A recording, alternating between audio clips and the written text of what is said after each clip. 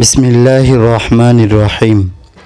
প্রচণ্ড ঝড়ের সময় মহানবী সাল্লাল্লাহু আলাইহি ওয়াসাল্লাম যে দোয়া পড়তেন, ঝড় বাতাস অতিবৃষ্টিসহ সব ধরনের অকল্যাণ থেকে মহানবী সাল্লাল্লাহু আলাইহি ওয়াসাল্লাম পরিত্রাণ চেয়েছেন। তাই কঠিন দুর্যোগকালে বাহিক প্রস্তুতির পাশাপাশি তা থেকে পরিত্রাণ চেয়ে দোয়া করা সুন্নাত।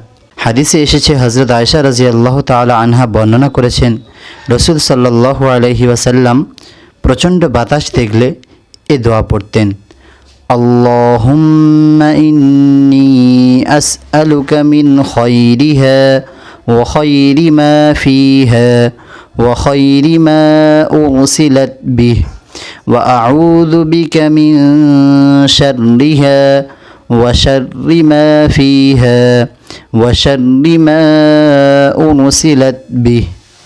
অর্থ, হে আল্লাহ, এই প্রচণ্ড বাতাস যেসব কল্যাণ ও উপকার নিয়ে এসেছে তা আমি আপনার কাছে চাই।